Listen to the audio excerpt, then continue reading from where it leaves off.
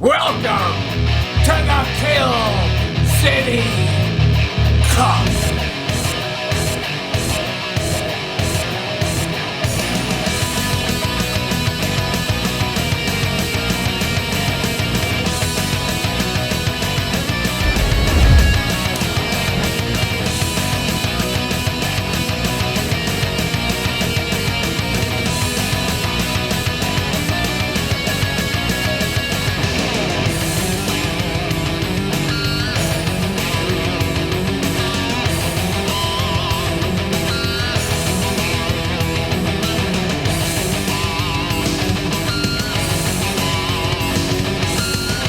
I got the world by the balls.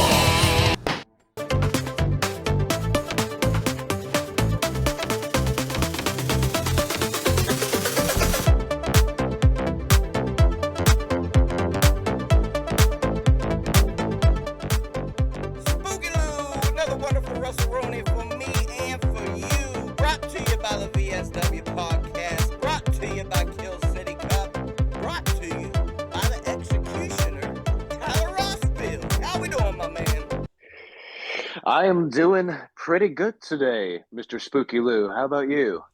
Oh, you know what we've been going through for the past hour, half hour, whatever it's been. Technical difficulties galore. But here we are, my man. I appreciate you coming on. How you feeling? I mean, I feel great. First time ever doing a podcast ever with anybody, and appreciate the opportunity for you to link up with me, talk about what we need to talk about, and I'm excited. Thank you again. Yes, sir. I thank you. I'm glad you mentioned that, Tyler. Let's tell the audience a little bit about mine and your budding relationship. I'd never spoken to you in my life until I put out a post for the Halloween special. Hey, anybody out there wants to send a video in, send a video in. And by God, Tyler Rosfield sent me a banging ass promo for the Halloween special, and it's your kind I like. It's the kind that reaches out to me and says, hey, I want to do a podcast. Hey, give me an opportunity. The same reason I love Tyler Jacks the way I do. You guys are go-getters, so I appreciate that more than you know. Tell us a little bit. Let's go back to the first EIW show. Tell me about your first impressions of the folks in the locker room, this dirty warehouse we're running in. Tell the audience at home about walking into this first EIW show last weekend. Going into the first EIW show, my first impression was figuring out where the actual warehouse was. I was stuck on the other side of the Dollar General store and realized that there were multiple vehicles parked outside of that warehouse on the other side of the fence.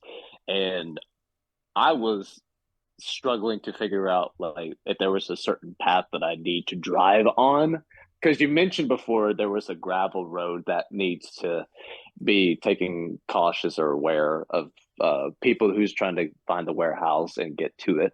But luckily enough, since it was pouring the rain outside, I just kind of had to be very cautious, and I looked around a bit and did some circling around, and I managed to finally get myself on that path and just looked back to the text messages that me and Gannon were discussing about where the actual place is. And luckily we got that situated and we found the warehouse. We found everybody, got to introduce myself properly to all the boys in the locker room, all the people that were attending the event.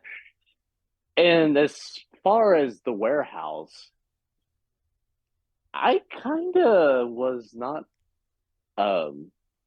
disappointed, really. I mean, it was what I expected for our first ever show for EIW. It was spacious in the back. I was super chill with everybody that was there. We were building a good relationship, talking about like how we got into the business, how we are looking to progress forward, and sharing a bit of stories, having a good time, having a good laughs with the boys and everybody in the back and everybody in the front.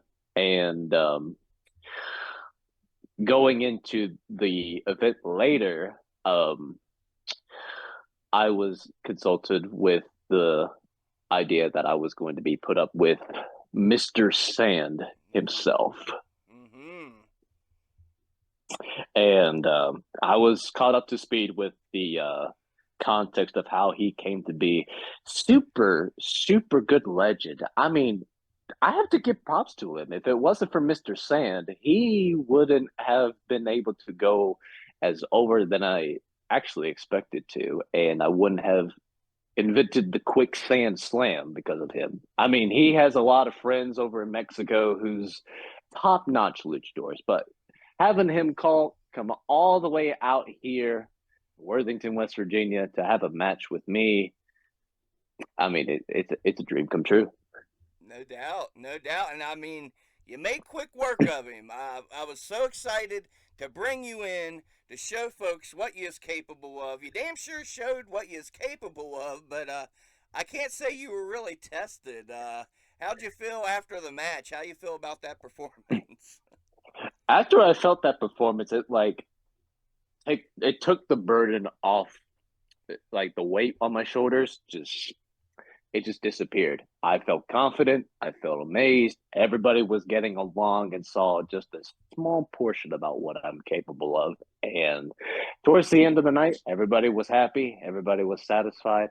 I made myself known and spread the good buzz and the word around people for knowing who I am and who I originally trained under. And if it wasn't for Chance Profit, for Jason Kincaid, and for Casey King, I wouldn't have gotten far into my career as of lately, despite being a year and a half in. Damn, hell yeah. And I definitely want to dive down that path. Before we get too far down that path, to the folks tuning in looking for breaking news, yes, WrestleRoni has entered a working relationship with XVW out of Dayton, Ohio, Extreme Valley Wrestling. Yes, we have entered a working relationship with Trent O'Day and the folks at Queensland Wrestling Alliance over in Australia. And for the news I promised right here on the podcast, we have also entered a working relationship with RCW, Real Canadian Wrestling. You have any international aspirations? You want to make some trips with me, Tyler? If the opportunity shows up for itself and I have absolutely nothing on my schedule, then I would be more than happy to. Hell yeah, hell yeah. And speaking of breaking news, on the prior podcast prior to this, in case folks missed it, myself and Gannon did announce it. You impressed us so much that we pulled the strings that we needed to pull. We talked to Tim Cross. It is official. December 15th, Reindeer Games. Tyler Rosfield will challenge Air Duzan for the RSW Junior Heavyweight Championship. Give me your thoughts on Air Duzan and how you feeling about this upcoming match, sir. First of all, I would like to kind of express my gratitude for such a amazing opportunity after the first EIW event with me and Mr. Sand, and the chance of me having to compete for a championship match against a very talented individual like Air Duzan is extremely, extremely amazing. I have seen what Air Duzan is capable of too. I tuned into the past shows that he's been on for RSW. I've seen footage of him and El Grego from the last EIW event, and it's looking to be a really, really good competition. Um, I will have to say, without a doubt, Air Duzan is not going to be facing no ordinary opponent. The reason I'm the executioner is that I bring swiftness, accuracy, precision, and merciless justice to anybody who steps into my domain. So whatever Air Duzan has planned, he needs to prepare fully because I'm a force of nature that shouldn't be underestimated. There you go. Hell yeah, man. I'm excited. A lot of promoters would let this build, would let this cook a little bit. I say we jump on the opportunity. Both you guys are firing on all cylinders. You're both turning heads. Let's let EIW be the brand to bring it to folks before anybody else can's my attitude. And it's going down December 15th. Let's talk about your journey. Take me back to the earliest memories you have of wrestling. Why wrestling? Why this crazy business, sir? First off, it all started very, very long time ago. I was 5 years old, and I was just sitting in my living room on a normal day, and my curiosity peeked through the roof when I was scrolling through the TV on the cable networks, found Triple H on the TV. And he cut the most amazing promo to ever known on God's green earth. I was exposed to many different inspirational wrestlers like the Hardy Boys, John Cena, The Undertaker, and my knowledge of it became so keen, and I have never devoted so much time into wanting to become a wrestler until I was actually of age, of course. But my experience with it came down to attending as many live events in my local area as possible, even in the local independent scene as well. I would do anything to ensure that I was able to get to interact with the many wrestlers in my hometown, where I used to live in Logan, West Virginia, and I used to live in a little town called Belfry, Kentucky for about 6 years and try to keep up to date with the most latest information. Now, there have been moments that I have fell on and off with wrestling before, but the one kicker that brought me back into professional wrestling was when I got into college. And I was so keen with finding any local wrestling school that would be willing to accept me. And later on down the line, I had the courage and honor to message my current and most wonderful trainer, Chance Profit, and seeing the history that he has in this business for 20 plus years, he has taught me every bit in piece about what this business has to offer, how his experiences from making it big will be a good influence of how we can develop and grow as individuals. And him, Jason, and Casey, all three of those have taught me so much to the point where I can develop a unique skill of my own and take inspiration from the other wrestlers who've competed all over the world and see how I can make myself stand out and appear as different. But overall, this is something that I can see myself doing for a career, and I'm 100% committed into making this a full-time occupation for me, with taking the right steps, knowing the right people, and working with very talented individuals who have the same ambitions and goals as I do. And that's what I'm here to do. And you're definitely in good hands. If you're wanting to be unique, you're in the hands of, Jason Kincaid, Chance Profit, Casey King, all very unique characters in their own right. But you piqued my curiosity talking about checking out local indie shows. Let's go back to those days as a kid or a teenager and attending those. I love hearing about the indie scenes, people's indie scenes. Who was you seeing? What kind of matches? Tell me about some of your favorite memories checking out those indie shows as a kid. Speaking of indie shows, when I used to live in Kentucky at the time, there was very little shows going on, and the only closest places that I could actually go and find local wrestling shows was in Pikeville, Kentucky. There has been some promotions that actually have ran in Pikeville before. Some of the wrestlers, because I have like a very limited amount of memory, but they would typically bring in big names. And from what I could remember, they brought in names like Abyss. They brought in names like Kurt Angle. They brought in people like the Hardy Boys, Sting, Ric Flair, just those names in general, I just kind of just fill myself up with some joy and excitement to experience like what they're bringing to the table, and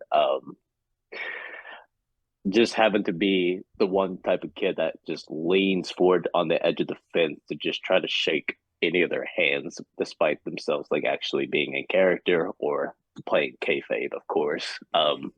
I just feel like a sense of excitement just having to just be close to a ring, and the moment that I got to step inside of it, I had a completely different perspective of where I am, and then just imagining myself in the future, like making a name for myself, having the people chanting your name, having the people get behind you, having every single moment snap in a blink of an eye. You realize that this is the one type of thing that you can be really good at if you devote your time and effort into doing something you love. And professional wrestling has done that for me. You're reaping the rewards. You talk about time and effort. Give the folks an example of some of the time and the effort you've been putting in training. Give me a typical training day, or just how many hours a week do you think you put into training, keeping your body healthy? What goes into preparing Tyler Rosfield? Well, it goes into preparing for me. I am a fitness athlete. I do train at least 5 times a week, and that's time devoted into the gym. That is time devoted at home studying wrestling clips, and that's also, of course, studying and committing your time and effort into training at the Powerslam Academy, which is the current place that I train at. And we um, talk about the fundamentals of wrestling. We do the basics. We talk about psychology. We talk about um, ways of how we can connect with the crowd, cutting promos, um, different types of assets of what goes into a wrestler's mind when constructing a whole match together. It's may seem like a lot, but the more you do it, the more it becomes second nature. And because I got used to being in the gym, I have a background with doing sports as well. And it kind of keeps me in tip top shape. I have a good amount of conditioning in my body. I have like a good metabolism to keep my stamina up to the toppest game that I could think of. But there's always room for improvement. I do a mixture of weightlifting and calisthenics. So that way I have like the type of body that can lift people up that are almost twice my size. And I can also catch up to speed with anybody who are much quicker than me or much slower. It's just about pacing. It's about taking the time to just make sure everything plays in at the right moment, at the right time, and that's kind of like a gift that most people kind of overlook. That's just how I kind of view things. I have a sense of adaptability to kind of look at where we are in the current moment, and then if anything goes wrong, then we find another solution, and then we pick up where we left off. And that's what I was taught in the Power Slam Academy, thanks to Chance, Jason, and Casey. We have grown so much since I started, and I started back in August of 2022, and we talked about like how to promote yourself on social media, how to diverse into going from being just a newbie beginner to being a respectable professional who can network well with other people and can inspire others to achieve their goals. And I like to do that through whoever that I am working with. At the same time, I'm also taking initiative with me making sure that my body is in check. I make sure that I'm eating good nutritional foods, getting a healthy body, and then also cramming in the amount of time that I spent doing college and then doing a part-time job too. So it's a bit difficult to try to maintain a good sense of like balance in managing both a wrestling life, a work life, and a school life at the same time. So, Oh, um, but as long as I'm determined to just keep pushing forward, then I have a good sense of direction of where I want to be. hell yeah, man. I'm about it. You talked about adaptability, about things can, change on a fly. Give me an example. I'm sure you've been in a match where something didn't go according to plan, or even if it wasn't a match, show day, things go wrong. Oh, we know that. Give me an example of adapting right there on the fly, making it work. So this goes along with like even if you're just doing practice matches in your training facility or on the fly. There was one occasion to where my friend FC Mason, who's also been with me for the EIW show, um, we had some mishaps about wanting to do some sequences, and we rehearsed everything in the back. And during our match, we kind of encountered some physical altercations to where we kind of messed up on some things. And it's a feeling that my brain clicked and my instincts told me otherwise to just have a like a neurological reaction to adapt and find a different alternative to keep the pace going without losing any momentum. It's kind of something that I can't describe entirely, but it's a mutual feeling that you just have to just sort it out and just adapt to your surroundings, to your environment, and keeping the crowd invested with what you're trying to get yourself into. And um, because of it, I was able to develop more and more about how I could find different ways of keeping people in check, keeping things smooth, operate fully. And yes, there's going to be mistakes. Not everybody's going to be perfect, but there is still a lot of room to grow. And for adaptability skills, it's the moment that you're trying to find what works best, and you can just take that moment. You can figure out where you can position yourself. I'm sorry if I'm also rambling on too, though. I'm just trying to find the right words to put it. You're good. You just have to sense it out. If you're in that moment and you feel like you're messing up, just clench a hold, keep something attached, and then talk to the other person that you're working with and just make sure that you're both like on the right track. I know it's supposed to be a scenario where people are like so invested that, oh God, these guys don't know what they're doing. And that's the kind of the struggle that most wrestlers are afraid to have to go through is like not having to have enough like awareness and moves in their arsenal to the point where if they mess up one particular thing, people are not going to believe what they're actually doing and they won't get behind the storyline. They won't get behind the work. And then they make it seem like, oh, they're just doing everything and just so that they can get a little pop and it won't be as effective. But luckily enough, I was able to learn from those mistakes and for me to adapt to whatever scenario I'm in. I can make sure that whatever the scenario is, we can make the process more smoothly. We can always make the change of plans in case if not everything is going to work out for you entirely, but it's good to have some kind of extra skill in case something does go wrong and you just had to figure out what to do on the spot. I dig it. I dig it. Hell yeah. You mentioned FC Mason. FC Mason had a banger with Johnny Duff at First Blood Last Laugh. Made a fan of me. I was doing my research on you. I saw that you guys had a Iron Man match up at Power Slam recently. Now I know Iron Man's classified differently in different promotions. Some folks call it a half hour. Some folks call it an hour. I'm assuming it was a half hour. What can you tell me about this Iron Man match with FC Mason? Going into this Iron Man match, I just know the both of us were going to be like going to war to like settle this debate and this rivalry once and for all.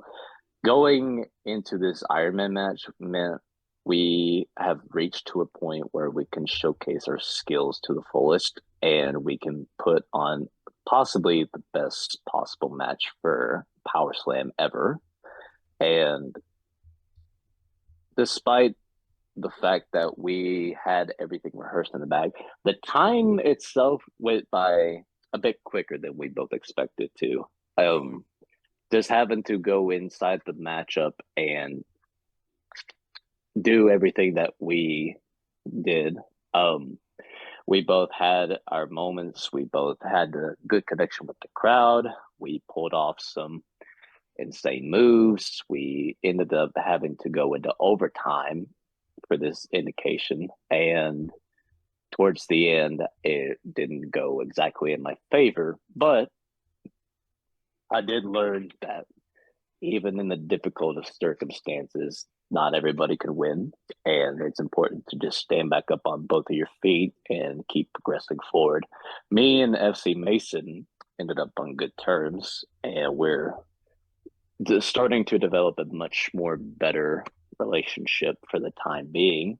And seeing him and Johnny Duff work together took a lot of commitment, and there was pure passion, and it just screams confidence. Him having to grow from our Ironman match, he's on a really good path, and I'm definitely proud of him for how much he's actually learned from our past matches too. And the Ironman match was probably the biggest obstacle for me to overcome. Now that I've had that experience, it's taught me to just kind of watch how I pace myself, how I can get the crowd invested, how I can be able to adapt and to overcome anything that is blocking overcome anything that is blocking my capability of pushing myself to my limits. And we both gave it everything we had. And since that occasion happened, we vowed that one day, hopefully, we could step into a ring again, whether it's a tag team one on one or where there's multiple people involved. And I'm very happy to see where he's going to go from here. oh yeah. Oh, no doubt. Can't wait to see you both grow, and we're seeing it before our very eyes. Both of you, very impressive performances at EIW First Blood Last Laugh. Can't wait to do it all over again on the 15th. It's our first time trying out Zoom here on the podcast, and I've been notified that I have 8 minutes left. So we might have to shoot over to Discord to finish this bad boy up. But by God, let's use this Zoom for all it's worth. We've got 8 minutes. Let's start comparing and contrasting trainers, because talk about a diverse group. You got Jace Kincaid, Chance Prophet, Casey King. Couldn't find three more different guys if you tried. Let's start with Casey. What's Casey bring to the table in your training? Casey brings a lot of character work into training for the most part. He likes to structure matches from the basics up to a veteran like level of how in ring psychology he has a good um, concept of where things need to be, who's getting involved, how the crowd is going to react. That's his specialty.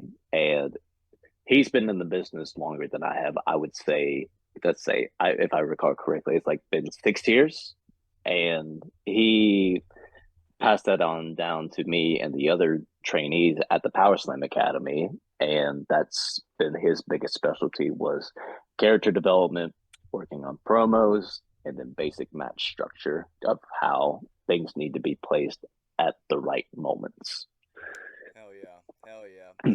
And well, cause Jason, I'd like to think I know better than the rest. Let's talk a little bit about Chance Prophet, a guy I watched on the Indies for years. Always fun to watch. What's it like training under Chance? He's very scary at first glance because he has like a whole dark child gimmick, but you get to know him pretty well. He's a down to earth guy. He's a family man. He loves to push everybody else to their limits, and he's a very good worker. And for somebody who's been 20 years in the business, he knows from the best of the best. And from his experiences, he taught us like the basic fundamentals about how we can do proper lockups, how to do the basics of moves, and make it look like we're actually taking this serious rather than just being hokey pokey and we're just like doing it so we look a bit sloppy. But firm and crisp techniques is what he typically looks for. And despite him being much bigger, he's like 250 plus pounds of pure like, muscle and body physique wise. He has been through the thickest and thin of this business. And to have a mentor like him teaching me, like from the very basics to the most advanced moves to having to make it into this business big is something that I definitely needed. So that kind of gave me an insight of what to expect going forward when I connect with other people, connect with promoters, and build a foundation of where I need to stand out in this business. And it's been a big thanks to him. Hell yeah. Hell yeah. And last but not least, Jason the Gift Kincaid, a very unique cat. What do we learn from Jason? What kind of guy is Jason the Gift Kincaid? The thing that I have to talk about Jason the Gift Kincaid, he's extremely gifted. Gifted to the point where he will take any scenario about what we mentioned before about adaptability. His background in technical wrestling and he's been doing jiu-jitsu as of recently. He can make the basics and he can transition into many different outcomes look super crisp. And I don't think anybody else could do it better than Jason. Um, he is like a very diverse individual and he's probably like regarded as one of the greatest wrestlers to ever step foot in the independent circuit. He's made a name for himself in possibly almost the entire country. He's worked in Mexico, he's worked in Japan, and having the honor to actually train along with him was possibly like the greatest experience that I've ever gotten to look forward to. And I take opportunities to learn how his experiences can teach not only me but the rest of the trainees at Powerslam how we can find diversity, how we can adapt to situations, and how we can make so many moves and transitions into a very fluid motion. Because in the past, when I worked with him, we ended up having to work just the bare minimum, and we talked about it and rehearsed it, and it became like second nature. I felt super confident with him being able to find something and make it work. That's his specialty. And having to learn from him and Chance and Casey, it just makes me feel more happy to find out what I'm specialized in, what I'm good at, and what are some things that I can improve on. And because of Jason, I have a sense of confidence in me that I never knew that was there to begin with. And I want to take his teachings that he's been giving me and inspire others to adapt and to find ways that can work for them the best. Alrighty, back on the Roni with Tyler Rosfield, the executioner himself. Let's talk some more EIW. Let's put over the product. we was talking about your first impressions in the locker room, but now you've had a I chance think you're to, cutting off for me again. well, play along, act like you hear me. Okay. But we was talking about first impressions. You've had a chance now to sit back, kind of digest it, watch the video back. Watching everything back, let's do a little lightning round. I'm going to give you EIW talent's name, and you tell me what you thought of him. Does that sound fair? It was kind of hard to like recognize everything that you just said, despite the technical issues. But Fair enough. Fair enough. I'm going to give I you. will say, Go ahead. oh, go ahead. Sorry, I didn't mean to interrupt you. We're gonna attempt a lightning round. I'm gonna give you a wrestler's name that was on the show. You give me your first impressions, what you thought of him. We'll try it. What'd you think of Billy Knox? What I thought of Billy Knox, he is a very hardcore individual. My first impression of him, I thought he was like the most chillest dude that I've ever met inside the EIW locker room. And when I went out to see what he's capable of against Outlaw Willie Storm in a death match, he blew every expectation out of the water. When you find out who's like the most hardcore, I figured it has to be Billy Knox. I'll give credit to Willie Storm for putting up a good fight, but Billy Knox is like a whole different breed. He will put people in their place if they are not careful. You could take whatever mindset or idea in your head and think it will may work, but Billy Knox will be one step ahead, and he's not afraid to get his hands dirty when you least expect it. No doubt, no doubt. Good answer. Okay, the other half of the main event. First impressions on Outlaw Willie Storm.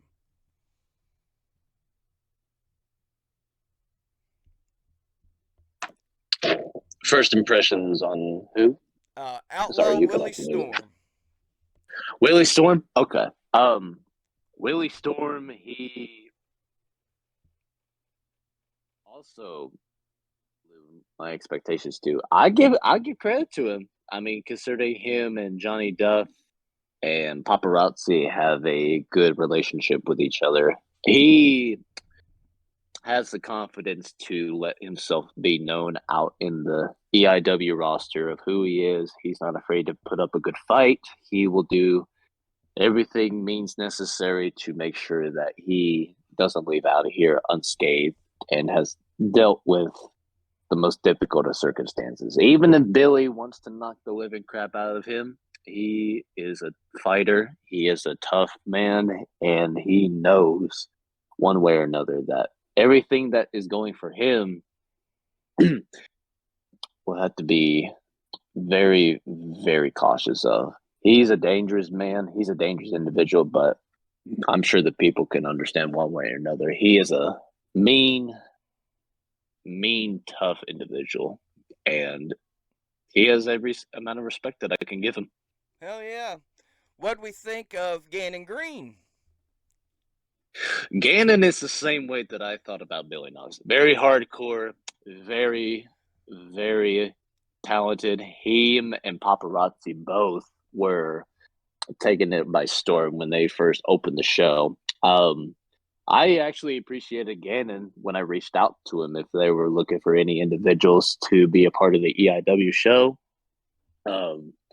And this was also me again, because I was also the type of person who's like a bit anxious when trying to message people, considering there's, the possibility that they'll overlook it. They may not like have a lot of people like message him. And I took the bold of courage to reach out to him. He gave me an opportunity, and I told him that I wouldn't let him down. I went inside the EIW show, got along with him.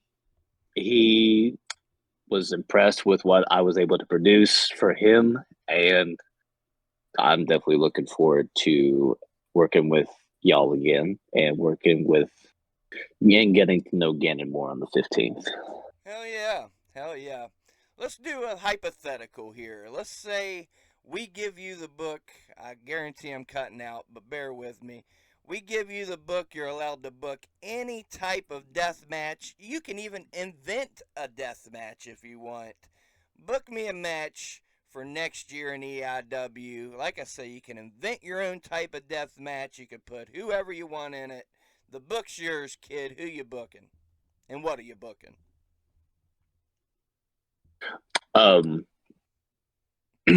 I would say I kind of like heard snippets and pieces, but I think if I try to piece it all together, I would say my typical type of match would be just a simple, like a simple, clean match. Not that I'm against like doing stuff like to the extreme. I just haven't had the full confidence of just being in a scenario to where I'm okay with doing some of the most dangerous stunts and taking shots with barbed wire, with um, glass tubes, or any of that sort. Considering like my body hasn't been like the best condition to like ever take that step before. I'm a tough individual, but for me to actually have the courage to do something like what Gannon and what Billy and Willie do, they're on a whole nother breed. And not meaning it's like a discouraging thing either too, but even in the circumstances of me in the wrestling business, I like to keep things simple. I like to make sure that in the end, people are paying what they want to see. And for an upcoming match with me and Air Duzan, it should be a very, very good match. Honestly, I would not underestimate him in any sort. I know he's capable of like doing the most craziest shit, and he's not afraid to take a hit or two to where he gets busted open too. And I have been busted open one time before, and it ended up having a little scar on the right side of my eye. Um, if we want to take things to the extreme, then I'm all for it. Oh If we yeah, want to man. keep it simple, we could keep it simple. I'm just trying to make sure that I'm fully comfortable with having to do and taking things like the bare minimum, and then we can excel ourselves to push ourselves to the very limit of how we can showcase our skills. For sure. And I've said that all here on the air. I've said it to you guys in the back.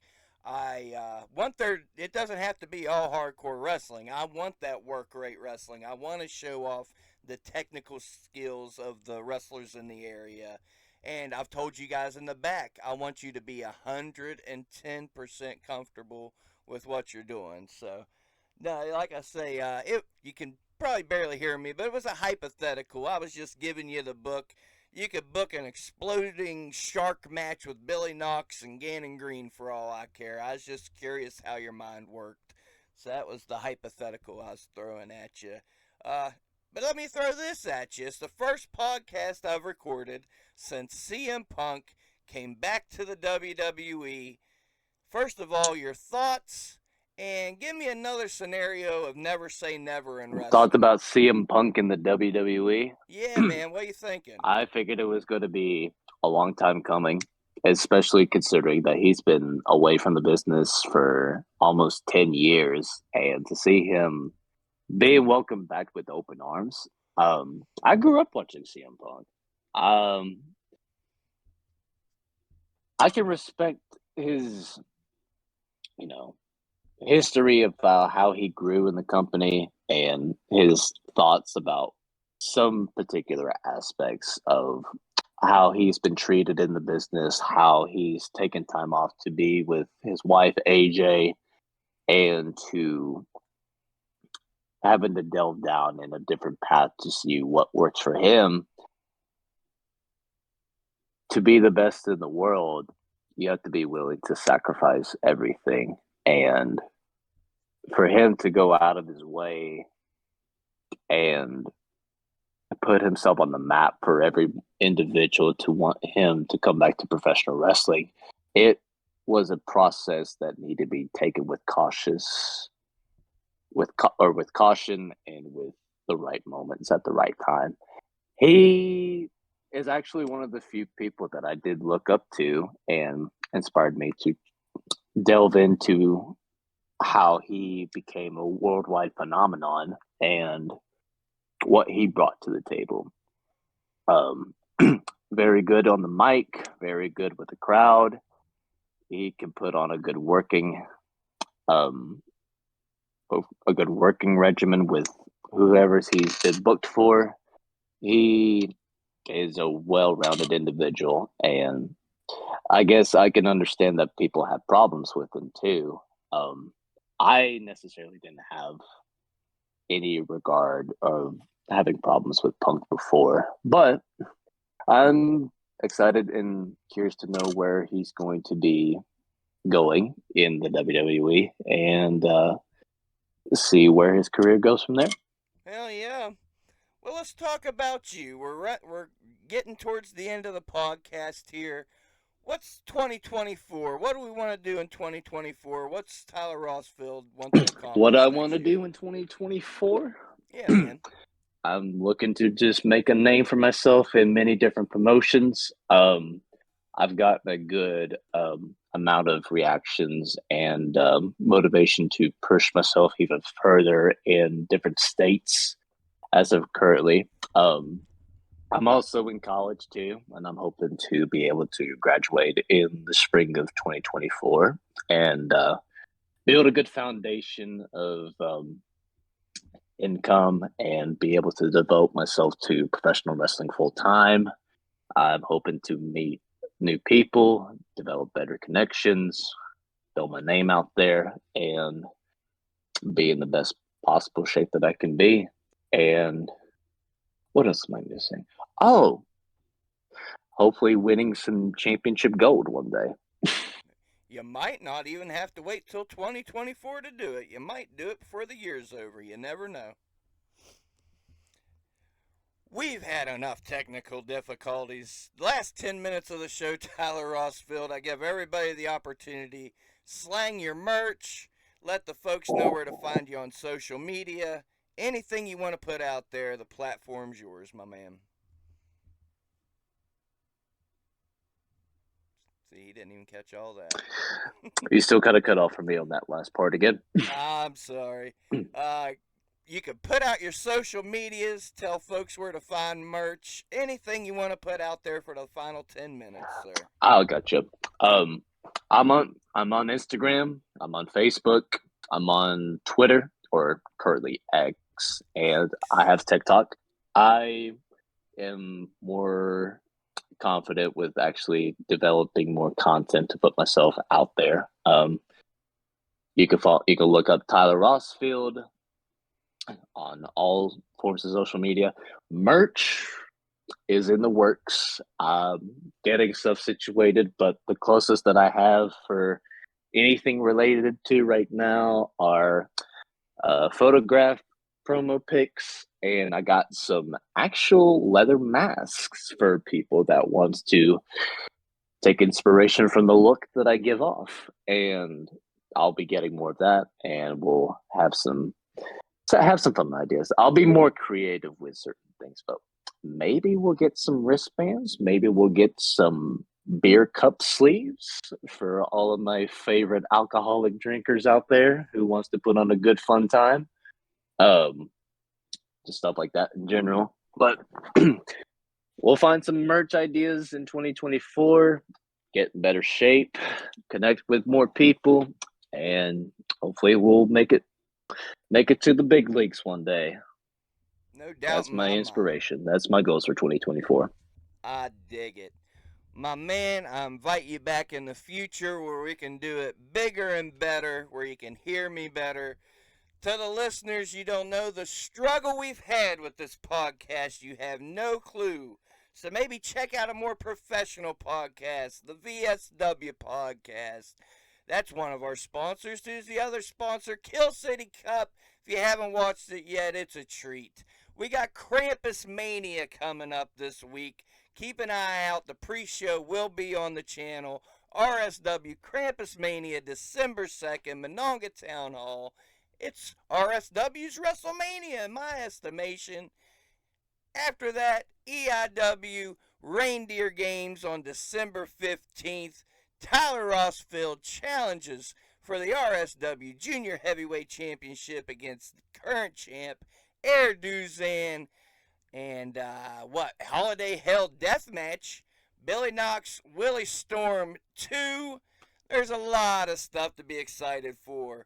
We've hooked up with RCW out of Canada. We've hooked up with QWA out of Australia. We've hooked up with Extreme Valley Wrestling out of Ohio. Things are about to get nuts in 2024.